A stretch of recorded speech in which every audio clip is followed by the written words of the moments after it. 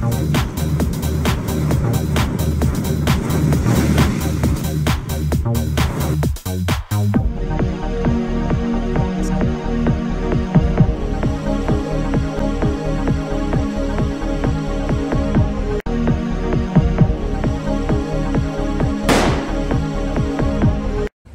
tout le monde, j'espère que vous allez bien, j'espère que tout se passe très bien dans votre vie.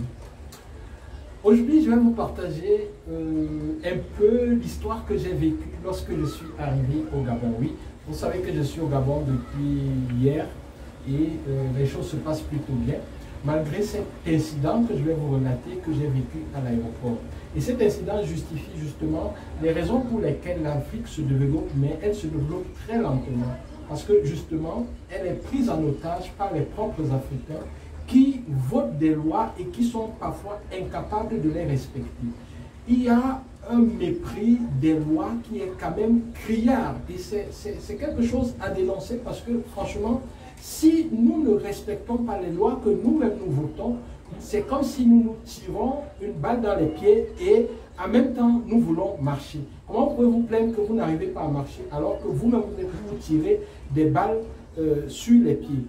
Nos présidents qui nous représentent bien sûr, puisque ce sont eux qui votent, qui nomment, je voulais dire, ceux qui signent nos passeports. Ce sont eux qui dirigent nos pays. Dans tous les cas, quel que soit ce qu'on les reproche, nous devons d'une manière ou d'une autre respecter un tant soit peu les lois que ceux-là signent. Parce que c'est à travers ces lois que nous pouvons nous développer, c'est à travers ces lois que nous pouvons avancer. Lorsque nous piétinons les lois qui sont votées par ceux qui nous dirigent, ceux qui nous nomment dans les aéroports, ceux qui nous affectent là où nous sommes, nous piétinons totalement les lois que eux-mêmes votent. Comment est-ce que nous pouvons avancer? Avant d'entrer dans le vif du sujet, permettez-moi de vous faire un petit rappel historique. Le 31 octobre 2017, en N'Djamena, au Tchad, lors d'un sommet extraordinaire des chefs d'État, il est ratifié la libre circulation des biens et des personnes dans l'espace CEMAC. L'espace CEMAC, c'est un espace composé de certains pays comme le Cameroun, le Tchad, la République centrafricaine, la Guinée équatoriale, le Gabon, le Congo-Brazzaville. C'est ça qui constitue l'espace CEMAC. Et après qu'ils aient ratifié cela, 1,7 milliard de francs CFA a été débloqué par la Banque de développement des États de l'Afrique centrale, la BDAC, pour accompagner ce processus de libre circulation des biens et des personnes. Sachez que le processus de libre circulation des biens et des personnes a été validé sans être appliqué en 1972. Plusieurs personnes qui suivent cette vidéo n'étaient même pas encore nées. Moi, effectivement, je n'étais pas encore né. Lorsqu'ils ont validé cette libre circulation des biens et des personnes en zone CEMAC. À l'époque, ce n'était pas encore la CEMAC, ça avait une autre appellation, mais ce n'est pas de ça que nous allons parler ici. Par contre, en 2000, lorsque la CEMAC est née, le processus a été relancé, mais il était bloqué par certains États membres de la CEMAC. La CEMAC, c'est 44 millions de personnes, c'est-à-dire 44 millions de consommateurs dans cet espace-là. Et nous savons tous que l'union fait la force. Et le taux de croissance de la CEMAC en général est d'environ 4,6%. Si vous êtes seul, vous êtes faible, et lorsqu'on se met ensemble en CEMAC, ça donne 44 millions de consommateurs et ça donne un vaste marché pour les entreprises étrangères, ça donne une certaine force à tout l'espace économique. Et comme disait quelqu'un, c'est vraiment de ça qu'il s'agit. Il s'agit de toute cette puissance-là qu'on peut mettre ensemble pour développer des projets communs, pour laisser circuler des hommes d'affaires d'un pays à un autre, pour laisser circuler des biens d'un pays à un autre. Maintenant, ceci dit, je vais vous dire ce qui s'est passé lorsque je suis arrivé au Gabon ce samedi 30 avril 2022, alors que cette libre circulation a été ratifiée il y a de cela très longtemps, en 2017. Lorsque j'arrive à l'aéroport au Gabon, à Libreville, il y a des policiers, des gens se demandent ce qu'ils font là, bon, c'est leur travail. ils m'interpellent, ils sont là, lorsque vous passez, ils bloquent des gens, ils m'interpellent et ils me demandent de donner le passeport.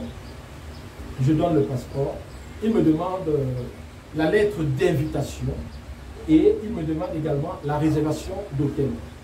Je dis, j'ai été invité au Gabon par certaines autorités dont je vais taire le nom parce que nous avons des accords de confidentialité et vous savez que en plus de tout ce que je fais, je suis expert dans les problématiques de l'environnement et du traitement des eaux. Il y a également les autorités qui nous invitent pour d'autres choses encore plus intéressantes dont nous ne parlons pas nécessairement au niveau de la chaîne. Voilà, donc j'ai les lettres d'invitation, j'ai les documents signés, mais je me dis, je suis du Cameroun, je suis de la SEMA, il y a libre circulation, donc ce n'est pas nécessaire. Alors, il m'interpelle, il demande ça, je dis, je n'ai pas. Alors, il me demande d'attendre. J'attends. Pendant que j'attends, il me demande de m'asseoir. Je dis non, je n'ai pas besoin de m'asseoir, je vais attendre des minutes. Moi, il se met en colère. Et quelques temps après, il me demande le numéro. S'il y a quelqu'un qui est venu me chercher, je dis évidemment, on a envoyé des gens me chercher, ils sont certainement liés. Il me demande si j'ai leur numéro. Je dis oui, je dois avoir le numéro. Ok. Vous attendez d'abord, après vous allez me donner leur numéro, je vais les appeler parce que vous ne coopérez pas, vous n'êtes pas accessible. Certainement, avec eux, nous allons bien nous entendre. Alors, j'attends. Après un certain temps, je me rends compte que j'ai retrouvé l'adresse, le nom de l'hôtel qu'on aurait réservé. Et je repars vers lui et je lui dis, j'ai quand même le nom de l'hôtel parce que tout à l'heure vous m'avez demandé le nom de l'hôtel. J'ai quand même le nom de l'hôtel. Il me dit, mais non, vous êtes en train de me harceler, il ne faut pas me harceler, il faut patienter. Alors je patiente. Quelque temps après, il va dans un bureau et il nous appelle tous là-bas. Il nous appelle tous. Et pour entrer dans ce bureau, on traverse le contrôle, la barrière du contrôle passeport. On traverse la barrière du contrôle passeport et après, il appelle les gens une par une. Une personne entre. Lorsqu'il finit avec toi, une autre entre. Après, il sort un temps et il m'appelle, il me fait signe d'entrée. Alors quand j'entre dans son bureau, il commence à me faire une sorte de sermon. Il me dit, écoutez, vous arrivez, on prend votre passeport, on vous demande de vous asseoir, vous refusez de vous asseoir. Est-ce que si vous, quelqu'un entre dans votre bureau et il vous demande de vous asseoir, vous refusez de vous asseoir, c'est un manque de respect. Et puis, je lui dis, sauf que là, nous n'étions pas dans votre bureau, c'était en plein air. Et il se dit, mais vous ne m'interrompez pas quand je parle, vous ne dites rien du tout quand je parle, parce que quand je parle, vous devez vous taire et tout. Je reste tranquille. Lorsqu'il finit de parler, maintenant, je veux prendre la parole. Il me dit, non, vous ne parlez pas. J'ai fini de parler, vous sortez, vous attendez. J'avais à vous dire, c'est fini, vous ne dites rien, vous sortez, vous attendez. Je veux parler, il m'interrompt, il me dit, non. Je lui dis, mais attendez, vous avez dit que je ne vous interromps pas lorsque vous parlez, mais moi aussi, mais moi, vous voulez m'interrompre lorsque je parle. Vous avez parlé, je vous ai écouté, vous me laissez aussi parler. Il me dit, non, vous sortez, mettez-vous bien. Là, je comprends que ça commence à chauffer. Alors, je me dis, non, là, il faudrait peut-être qu'on recadre les choses et qu'on reparte sur des nouvelles bases.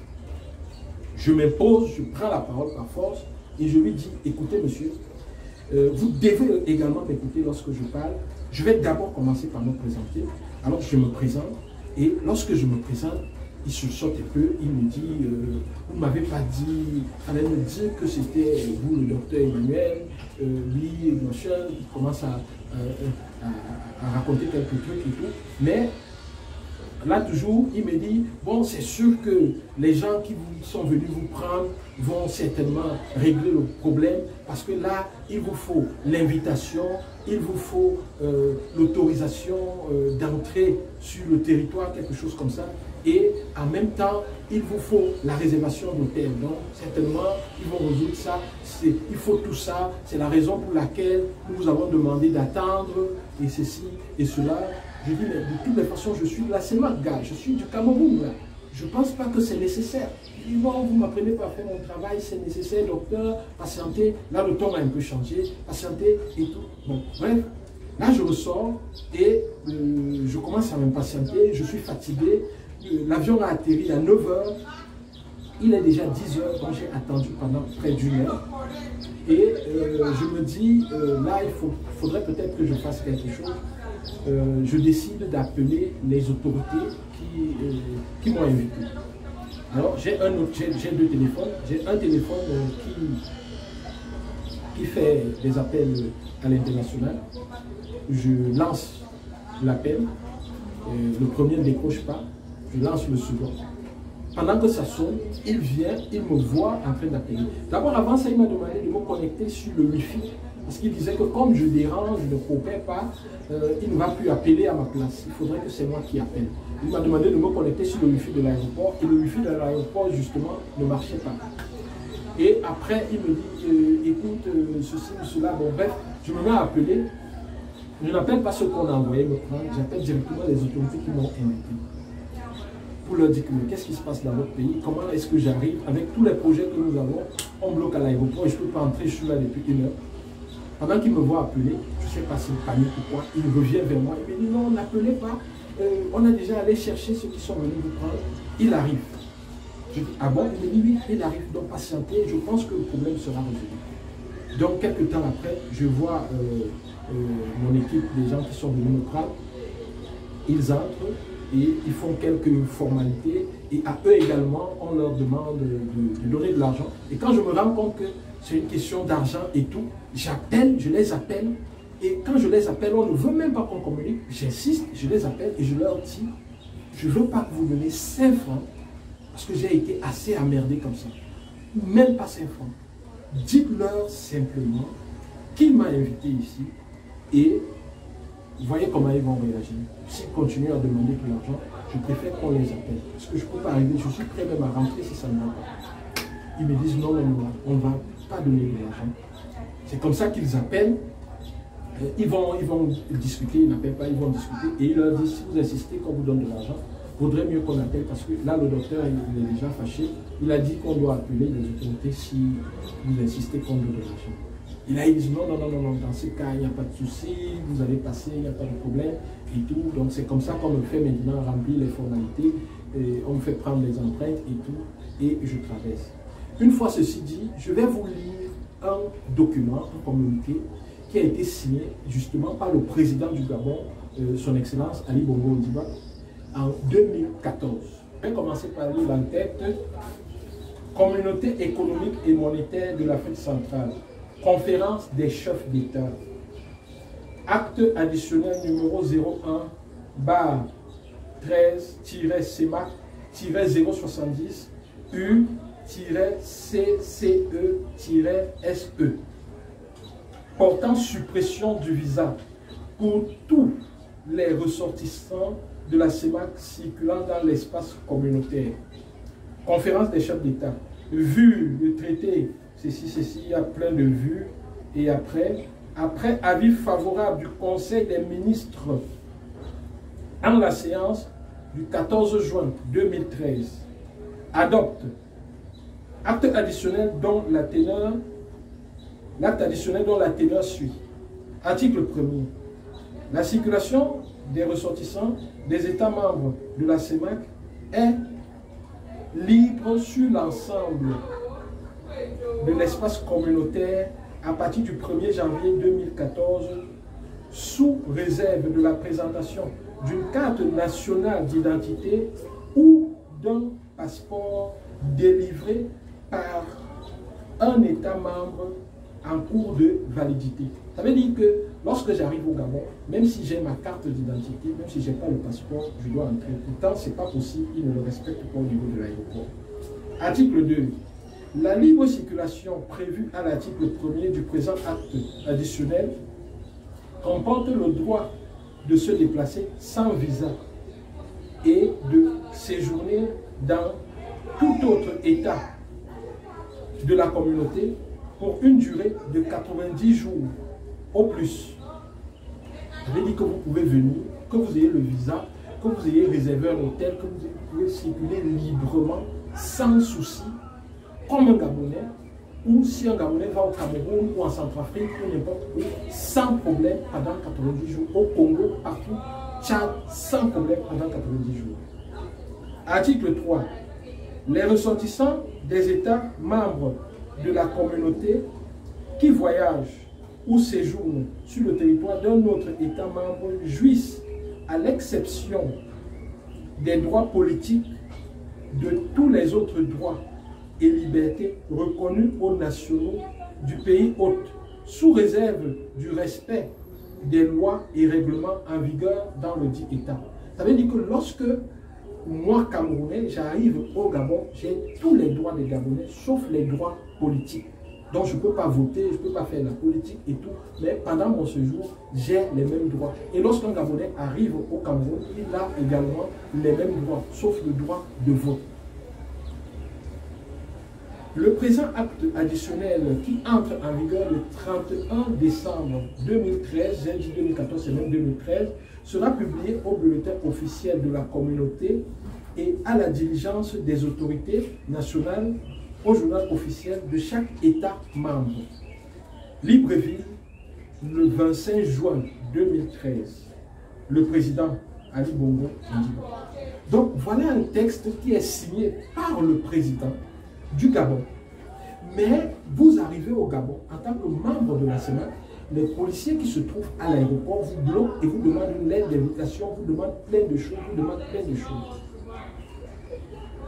La différence avec les États européens, c'est que lorsqu'un texte est signé par l'État, qu'on soit opposant, qu'on veuille faire tomber le régime, qu'on veuille boycotter, on respecte les textes. Les textes, c'est important qu'on respecte les textes parce que dans tous les cas, c'est à travers ces textes-là qu'on se développe. Et surtout, lorsqu'un texte est signé et est fait pour le bien des populations, comment ne pas le respecter? Lorsque j'arrive au Gabon, je me rends compte que beaucoup des biens de consommation viennent du Cameroun, sont importés du Cameroun. Les vivres sont importés du Cameroun. Beaucoup de choses viennent du Cameroun. Et ici, les prix sont 2 fois, 3 fois, 4 fois, 5 fois plus chers qu'au Cameroun pour certaines denrées alimentaires. Ce qui fait que cette libre circulation a certainement eu un impact ou pourrait avoir un grand impact sur le prix de ces biens de consommation si cette libre circulation est respectée. Pourquoi? Je m'explique. Un entrepreneur camerounais qui n'a plus besoin de payer le visa lorsqu'il vient au Gabon va vendre ses services moins cher par rapport à s'il paye le visa. Les biens, les produits alimentaires et tout qui viennent au Gabon, lorsqu'ils ne payent plus la douane, n'est-ce pas, seront bien sûr moins chers par rapport à s'ils payaient la douane. Les prix vont baisser. Et même ce policier qui vous dérange à l'aéroport va en bénéficier parce qu'il payera son plantain moins cher, il payera sa banane moins cher, ses macabos moins cher, ses ignas moins cher, et d'autres choses, les arachides et tout, moins cher. Les plantains frits ici, au Gabon, j'ai trouvé les prix sont pratiquement sur les chips 4 fois, 5 fois plus cher qu'au Cameroun. Lorsque la libre circulation est respectée, les bénéfices vont sur tout le monde. Et un Gabonais peut ouvrir son business, voyager, faire ses affaires dans la CEMAC plus facilement qu'avant. Donc, ces lois-là que nos chefs d'État signent, nous devons les respecter parce que justement, lorsque ces lois sont faites pour nous, pour notre bien d'abord, en les respectant, ça nous permet d'avancer et ça permet à l'Afrique d'avancer. Nous bloquons les frontières en Afrique, nous nous barricadons en Afrique, alors que nous voyons combien l'Union européenne a fait avancer plusieurs pays qui sont des pays membres. Nous voyons comment, lorsque les États se mettent ensemble, il y a des États faibles, il y a des États plus puissants. À la fin, ça fait en sorte que tous ces États montent et se retrouvent pratiquement à un même niveau. Donc, ces barrières en Afrique, franchement, nous devons travailler à les éliminer. Heureusement qu'entre nous, déjà, les entrepreneurs, nous travaillons autant que nous pouvons à les éliminer parce que dans l'avion, j'ai rencontré un entrepreneur, M. Dossou, qui déjà était très ouvert, avec qui nous avons eu des grands échanges. Ceux qui ont vu les vidéos que j'ai postées avant, j'avais une vidéo avec lui, effectivement, c'était dans l'avion, et il venait de me rendre visite ici à l'hôtel, et nous avons échangé, nous avons plusieurs projets que nous allons implémenter ensemble. Heureusement que déjà, à notre niveau, nous essayons de le faire, et ça, c'est à encourager. Une autre chose, c'est que lorsque vous allez dans un pays comme la Côte d'Ivoire, en tant qu'Africain, vous avez moins de droits que les Français, alors que la France ne se trouve même pas en Afrique. En Côte d'Ivoire, le droit de séjour pour les Français, il est bien moindre que pour certains États africains qui ne sont pas dans l'Afrique de l'Ouest. Tout ça, on se pose des questions. Si l'Afrique se met ensemble, elle pourra avancer plus facilement. Mais lorsque l'Afrique se barricade déjà aux propres Africains, ça devient compliqué. Surtout que les billets d'avion pour aller d'un pays à un autre en Afrique, parfois sont bien plus élevés que parfois pour quitter même la Turquie pour l'Afrique, pour un pays africain. Pourtant, les vols, c'est 1 heure. Lorsque vous prenez un vol Douala-Libreville, aller-retour, et que vous payez plus de 500 € et que vous prenez un vol Istanbul-Paris, Paris-Istanbul, vous payez pratiquement 200 €, 300 € aller-retour, vous posez bien des questions. Qu'est-ce qui peut expliquer ça? Nous avons besoin d'ouvrir les frontières en Afrique, nous avons besoin de collaborer.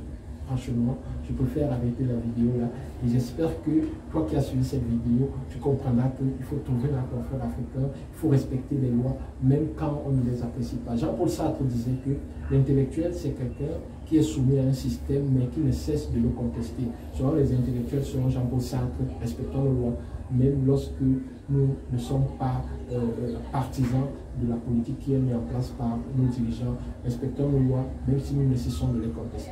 Au revoir et à très bientôt. Bye bye.